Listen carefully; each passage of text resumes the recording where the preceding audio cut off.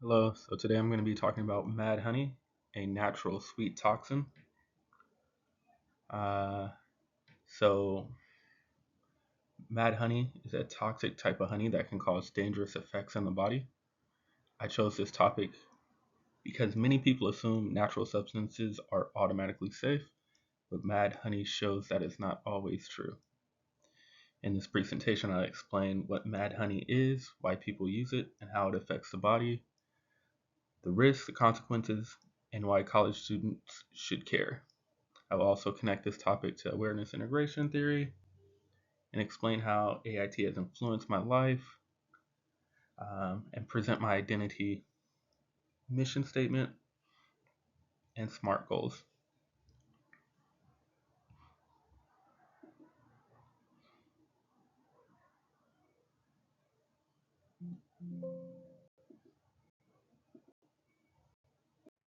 So, what is mad honey? Mad honey is made when bees collect nectar from a certain rhododendron plant that contains grayon toxins. These toxins remain in the honey and can poison the person who eats it. Mad honey is most often associated with the Black Sea region of Turkey, although cases have also been reported in Nepal and other places. People use it for different reasons, including folk medicine, supposed treatments for stomach problems or blood pressure, sexual enhancement claims, and intentional intoxication. This makes this a relevant drug education topic because people may consume it to change how they feel, even though it can be dangerous. So, the effects on the body. The toxic chemical in mad honey is grayon toxins. It affects the body by disrupting normal electrical activity, especially in the heart and nervous system. Because of this, mad honey can cause low blood pressure, slow heart rate, dizziness, sweating, blurred vision, nausea, vomiting, and weakness. These symptoms can be fairly soon after ingestion. This is important because someone may think they are only trying a natural product when in reality they are experiencing poisoning. Risk and consequences. Mad honey can have serious consequences. In more severe cases, it can cause fainting, collapse, confusion, dangerous heart rhythm problems, and hospitalization. One major risk is that the toxin concentration is unpredictable, so a person may not know how strong it is. That means even a small amount can still be dangerous. Mad honey may not be a classic addictive drug like opioids or nicotine, but it is still a harmful, intoxicating substance that people may misuse because they believe it is safe or beneficial.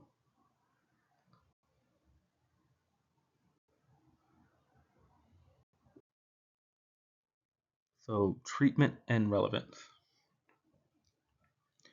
Treatment for mad honey poisoning is usually supportive and may include IV fluids, atropine, and monitoring of the heart. Most people recover with proper medical care, but the poisoning can still be serious. College students should care because young adults are often exposed to wellness misinformation, viral trends, and products marketed as natural are harmless.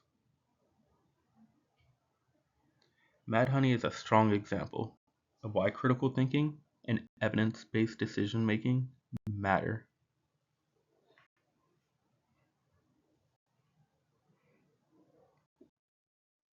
So, what I learned from AIT. From awareness integration theory, I learned that personal growth starts with becoming more aware of the connections between thoughts, feelings, and behavior. AIT has positively influenced my life by helping me reflect more deeply, recognizing unhealthy patterns, and making more intentional decisions. It has shown me that awareness is the first step towards meaningful change. Um, that's awareness of just all the choices, all the way from financial to what you eat every day to who you hang around. All these choices essentially stack upon each other, and AIT has instilled in me that I need to be more aware of all the decisions, um, not just one in particular, but you have to focus on all the decisions that you're making, um, whether it be your feelings, actions, just being more aware of the things you do and how they would eventually play out to your benefit or to your detriment. In the three areas of my life, AIT has influenced three important areas of my life. First, in academics, it has helped me notice how stress, procrastination, and mindset affect my performance.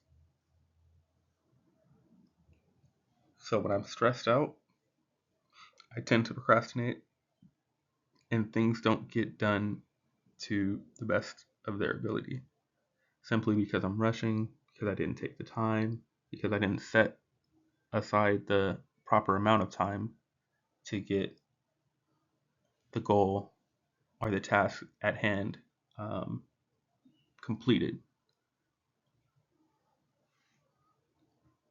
So, second would be in my relationships. It has helped me better understand how my emotions and reactions affect the people around me. So, just uh, thinking before acting on pure emotion. So, making a clear, concise thought before translating that to action and understanding how that thought or action may play out in the future, um, and determining whether it's going to be beneficial for me, beneficial for the people around me, or if it's going to ultimately hinder my goals or my relationships with other people. Third is in health and future planning. It has made me more aware of long-term consequences and the importance of discipline and intentional choices. So this kind of plays on what I was saying earlier, but just being more aware of the thought processes and how I'm going to go about things daily, weekly, monthly, yearly, and how a lack of discipline and not being intentional, not being um, laser focused on specific choices or commitments that I've made. Um, I've learned that it is very beneficial to plan things out for your future, just simply health wise as well. Simply just planning a proper meal, having a good meal plan, planning on when you can actually go out and potentially splurge or you know gorge on whatever it is that that you have your mindset on, but not being gluttonous and setting aside time to work out and physically improve yourself, um, because the physical health translates to your emotional and spiritual health. So you look good, you feel good. So my identity mission statement, it's going to be based off of discipline, integrity, resilience, and purpose. So I strive to live with discipline, integrity, resilience, and purpose while continuing to grow academically, professionally, and personally so I can build a stable future and positively impact the people around me.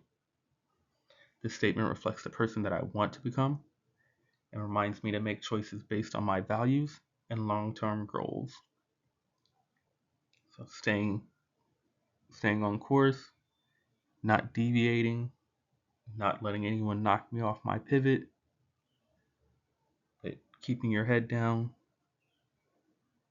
staying focused, staying within your morals, and staying productive, not procrastinating, having the discipline to turn down going out for a night to focus on bettering myself for my future and for my family's future. Um,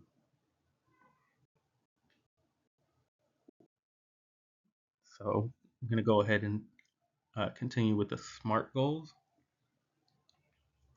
So my academic goal is to stay organized and complete my assignments early throughout the semester and throughout my continued education and put myself in a position to be accepted into a dental program.